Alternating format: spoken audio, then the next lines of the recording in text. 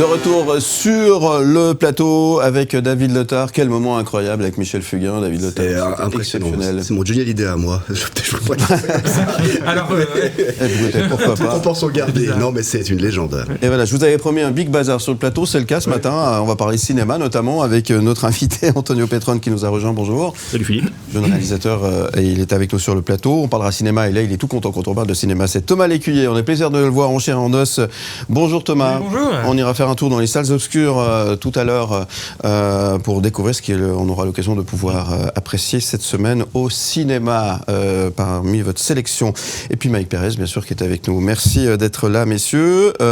Jusqu'à 10h, il va se passer pas mal de choses. Et là, tout de suite, on va parler 7e art, si vous voulez bien. Ça va certainement vous intéresser, mon cher Thomas Lécuyer, puisque on reçoit aujourd'hui celui qui est né il y a 44 ans dans la région lausannoise. Il est juste en face de vous. Notre invité est un jeune réalisateur d'origine italienne, nourri depuis l'enfance une passion profonde pour le cinéma. Malgré un apprentissage d'ébéniste pour rassurer ses parents, il n'a jamais abandonné son rêve. Après un premier court-métrage autoproduit en 2012, Héloïse, il enchaîne les projets dans Swan en 2020, primé 23 fois à l'international. Et il revient avec un nouveau film, un nouveau projet. Il s'appelle Murphy, un film ambitieux sur l'empathie humaine en temps de guerre. Dynamique et déterminé, il multiplie les projets portés par l'envie de marquer l'histoire du cinéma. Le projet est à Boutouchon, il sera tourné dans la région prochainement. Et il nous en parle plus précisément, Antonio Petrone.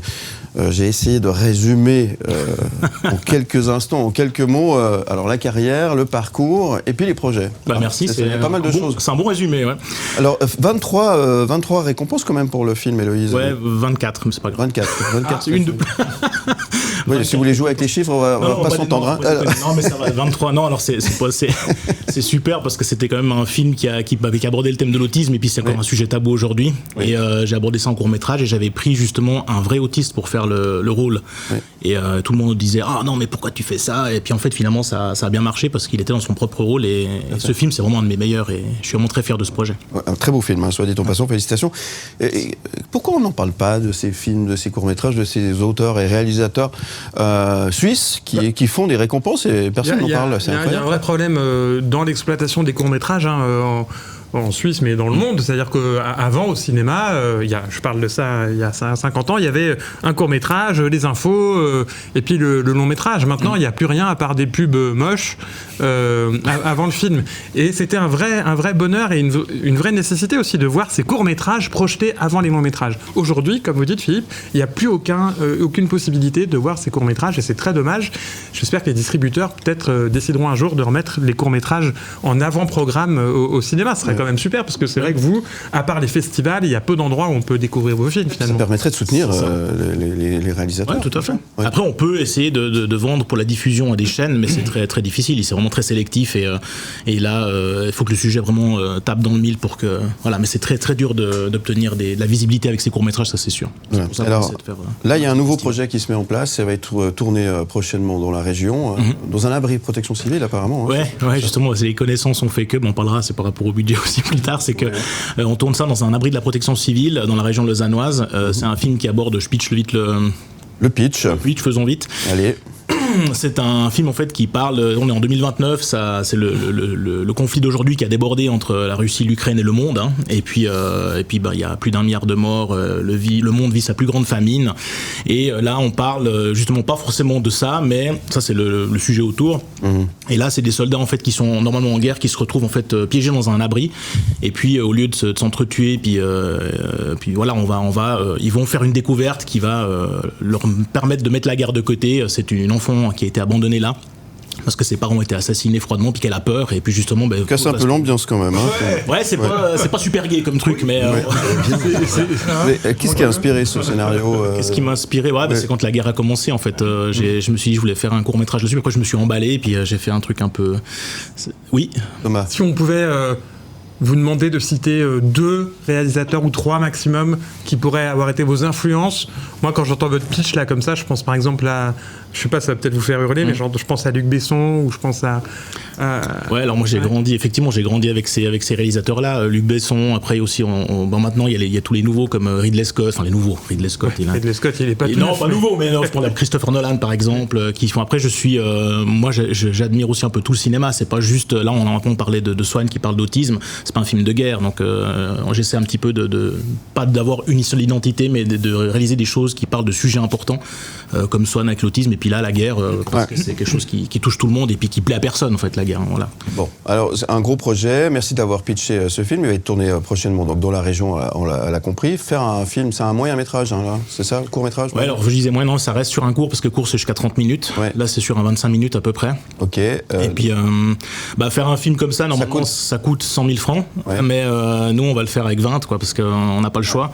Et puis là, les contraintes justement de faire un film avec 20 000, c'est qu'il faut faire tout ce qu'on peut pour trouver des combines. Comme par exemple, j'ai un voisin qui vient faire la cuisine sur le tournage, qui s'investit pour nous aider justement. Et puis on essaie de trouver des petites combines comme ça parce qu'on peut pas payer tout le monde, quoi. C'est compliqué. Et puis c'est justement le problème, c'est comme on peut pas payer les gens viennent pas ou nous lâchent. Et c'est le souci parce que le film devait se faire avant. Et puis sur Paris, on n'a pas réussi avec le financement justement à trouver ce qu'on voulait faire. D'accord. Les décors, on nous demandait 3 500 € la journée, c'était compliqué, quoi. Alors pour autofinancer finalement ton projet, tu as mis en place il y a quelques temps, tu as pris un peu de retard, on l'a compris avec le tournage de ce film, un crowdfunding, un paiement participatif. Hein. Ça a bien marché. Ça a bien marché, on avait récolté 8 000 francs. Ouais. On avait récolté 8 000 francs et puis après j'ai un ami qui m'a contacté, il m'a dit je veux faire de la coproduction, et qui n'est pas du tout coproducteur, qui a mis 10 000 francs. Et puis on doit faire avec ça, quoi. Et puis après le crowdfunding, on l'a fait il y a 2 ans, mais on devait faire, comme je disais avant, le film sur Paris, parce que le casting est moitié parisien, moitié suisse. Ouais. Et on n'a pas réussi justement donc du coup, c'est pour ça qu'on a pris du retard. Et puis tu avais besoin de rassurer tout le monde, je vais pas dépenser votre pognon, c'est ça que le film va se faire, le film va se faire, parce qu'il y a des personnes qui m'ont posé la question, mais on est où, tu fais quoi? Et puis là maintenant on va le faire. Il existe pas des subventions par exemple aussi qui peut vous aider dans le développement de votre art, en fait. Oui, mais pour les courts-métrages, c'est compliqué. Vous avez pas reçu d'aide de Cinéforum et tout ça? Non, pas pour celui-ci. Par contre, j'ai un projet de long, là justement, je vais essayer de solliciter les aides Cinéforum et autres. Mais sur les cours, c'est vrai que c'est très dur d'avoir des... J'ai monté déjà des dossiers avec Swan à l'époque, qui était quand même un film touchant, et j'ai pas compris pourquoi on n'a pas répondu positivement à ça, quoi. Antonio Petrone, notre invité ce matin, merci d'être avec nous, on va vous retrouver tout à l'heure, merci d'être là. Il est l'heure de retrouver la bande originale. Musique et cinéma font toujours bon ménage, mais sur la même Cinémascope. La bande originale. La bande originale, mon cher David Lotard. Aujourd'hui, on va parler Des Petits Mouchoirs. Certainement un film qui va vous rappeler beaucoup de choses à la suite d'un événement bouleversant. Une bande de copains décident, malgré tout, de partir en vacances au bord de mer, comme chaque année. Leur amitié, leur certitude, leur culpabilité, leur amour en seront ébranlés. Ils vont enfin devoir lever les petits mouchoirs qu'ils ont posés sur leurs secrets et leurs mensonges. C'est un film qui est sorti en 2010, ce fait erreur. Oui, quand on voit la bande-annonce, d'ailleurs, on voit qu'ils ont pris un petit coup de vieux, tous et toutes. Oui. Les Petits Mouchoirs sortis en Suisse, en France, 20 octobre, juste en 2010. C'est réalisé par, bien sûr, Guillaume Canet, à qui on doit également La Plage et la suite des Petits Mouchoirs, ou encore Ne le dis à personne. Le film a rapporté 50 millions de dollars dans le monde pour un budget de 15. La BO des Petits Mouchoirs, c'est ça qui nous intéresse aussi. 19 titres, dont le pronom Cosmic Blues de Janis Joplin.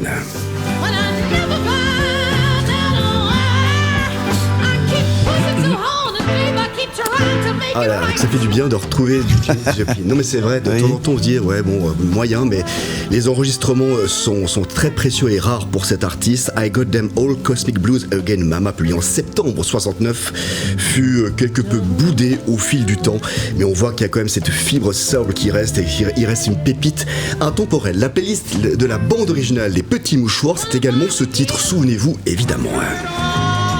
Nina Simone. Nina Simone avec My Way, qui est quand même le titre le plus repris dans le monde, encore aujourd'hui, écrit par Jacques Revaux, Claude François et Gilles Thibault, repris aussi par Paul Anka en 69, avec Frank Sinatra. My Way, donc, Nina Simone là, ça a été enregistré en décembre 71. Toute la bande originale des Petits Mouchoirs, c'est forcément que des petites pépites. La suite du film, je sais plus où j'en suis là. Oui. Page 4. Page 4. Autre extrait. Autre extrait.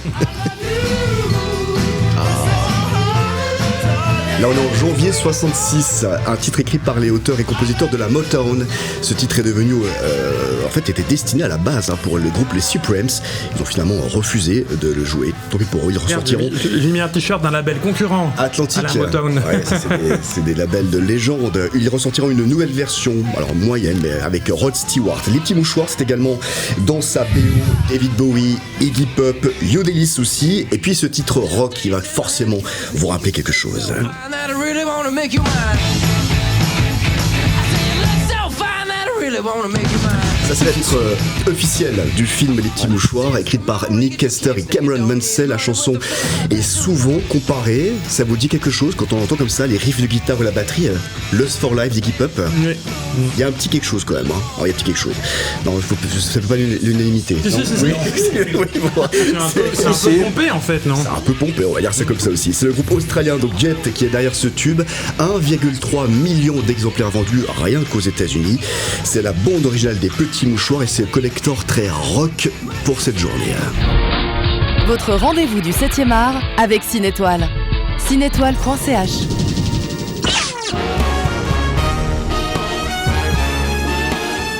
Cinémascope. Les news. Les news, de retour sur le plateau pour parler cinéma avec Thomas Lécuyer dans un instant qui va vous présenter les films à voir dans les salles obscures cette semaine avec Antonio Petron, notre invité, avec David Autor et Mike Perez. Et là, on parle de Novocaine, mon cher Oui. Thomas, film à voir dès demain en salle. Novocaine, alors c'est pas la nouvelle drogue à la mode Place de la Riponne, mais c'est un thriller américain haletant et déjanté, un peu gore, hein, qui débarque dès demain sur les écrans. Employé dans une banque de San Diego en Californie, Nathan mène une vie solitaire et rangée à cause d'un problème de santé qui l'oblige à rester chez lui. En fait, il est insensible à la douleur physique. Du coup, il vit totalement reclus chez lui. Un jour, il rencontre Sherry, une nouvelle collègue de travail qui pourrait bien ressembler à la femme de sa vie. Seulement, voilà, problème, Sherry est prise en otage alors que des braqueurs vont braquer la banque dans laquelle il travaille. Du coup, Nathan va transformer son incapacité à ressentir la douleur en une force inattendue. On l'aura compris, Novocaine, c'est 2 heures de prétexte pour que le Nathan en question s'en prenne plein la tronche pendant 2 heures, en mode même pas mal, puisque quoi qu'il arrive, qu'on lui ébouillante le visage, qu'on lui transperce la main ou qu'on lui casse le bras, il ne sent pas la douleur. C'est un film très fun, totalement déjanté, un peu gore, hein, comme j'ai dit.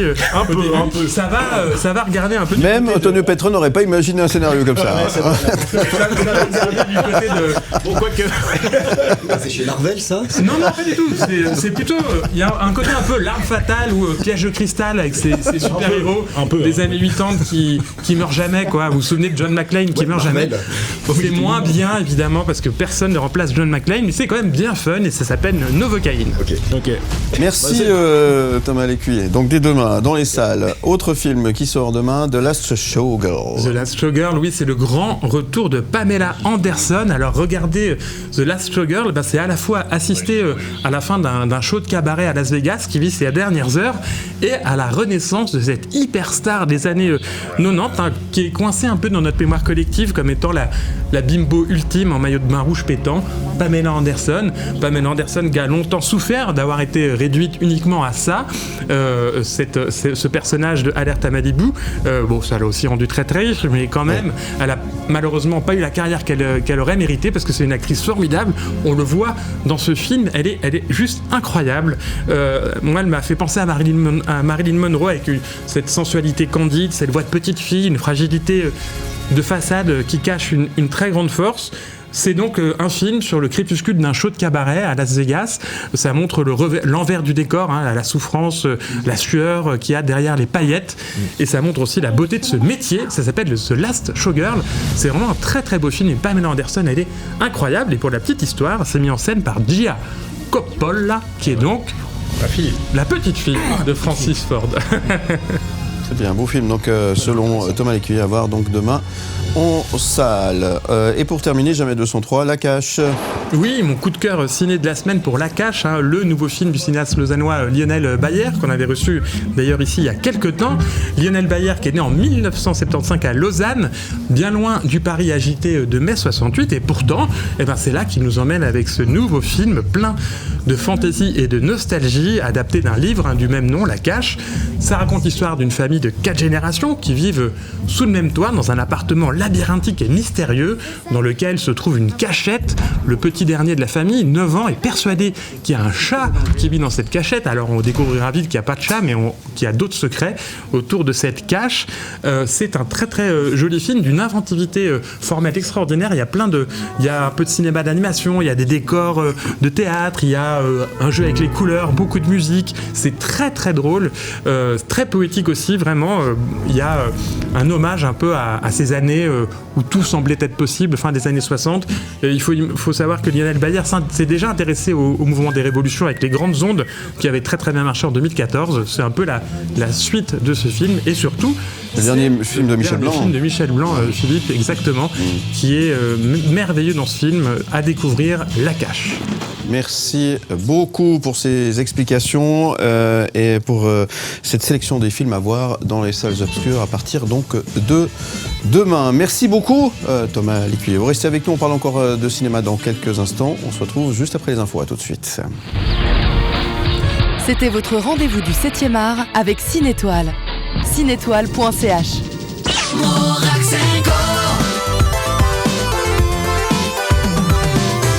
On parle cinéma ce matin avec Thomas Lécuyer, bien évidemment, mais aussi avec Antonio Petron qui est avec nous et qui nous parle de son projet de film. Celui-ci s'appelle Murphy. Il va être tourné prochainement dans la région. Pour le tournage, on l'a dit tout à l'heure, tu avais fait appel à ce système de crowdfunding pour pouvoir récolter des fonds pour pouvoir produire le film. On l'a dit, ça coûte cher. Tourner même un court-métrage, c'est assez coûteux.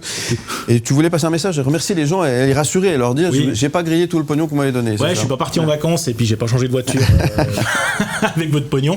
Non, je voulais remercier tout le monde, ceux qui avaient contribué déjà il y a 2 ans, que les rassurer que le film va se tourner parce que c'est toujours délicat ces courts-métrages.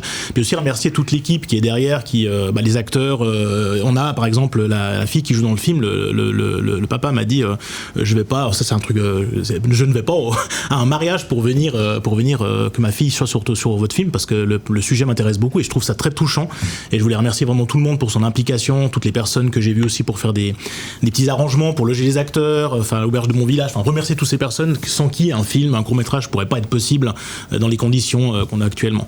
Et puis si quelqu'un a encore envie de donner un petit coup de main, de verser 2 ou 3 000 francs, il peut aller sur mon site tonyfilm.ch, sur contact on a une pastille don et puis ils peuvent faire un don s'ils veulent encore nous aider à réaliser ce projet. Bon, écoute, assez d'argent de toute façon pour faire des courts-métrages. Je te laisse redonner le nom du site. C'est www.tonyfilm.ch, tonyfilms.ch. Voilà. Et puis sur la page contact. Voilà. Et vous aurez aussi l'occasion de pouvoir retrouver quelques-uns des autres films que tu as réalisés, parce qu'on n'est pas à ton coup d'essai, donc n'hésitez pas à aller faire un petit tour. Et effectivement, tu nous tiens au courant de l'évolution de tout ça ? Ça marche. Et puis petit mot aussi sur vite fait, si on a le temps. Oui. Le projet qu'on parlait avant sur l'autisme, Swan, j'en ai développé un format long métrage qui est actuellement en route vers les producteurs.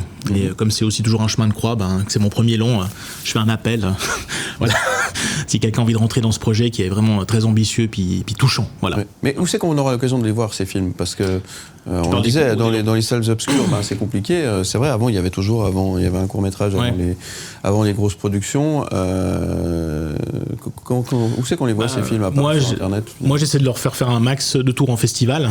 Mais il y a énormément de festivals mondiaux, pas juste suisses. Mais après, de toute façon, ils sont en ligne. Après un certain temps, ils sont en ligne sur mon site. Mais on espère aussi pouvoir les vendre à la diffusion. Dès qu'on peut les vendre à une chaîne de télé, ils sont vus par un max de téléspectateurs. Mais en dehors de ça, c'est vrai que c'est très compliqué. Puis après, ça reste une carte de visite pour des longs métrages. Donc, voilà. Mais après, les longs, c'est clair, il faut les distributeurs, puis ça, c'est autre chose. Mais très bien. Qu'est-ce qu'on peut te souhaiter que tout fonctionne comme prévu, puis que le film fonctionne bien, que ça se tourne, parce qu'il n'y ait pas un malade au dernier moment, tu sais. et puis tout se passe bien, et puis qu'on puisse faire un super parcours avec ce film Murphy. Voilà. Bon, ben, on te le souhaite, tu viendras nous tenir au courant de tout Avec ça, plaisir, ouais. nous présenter ce film.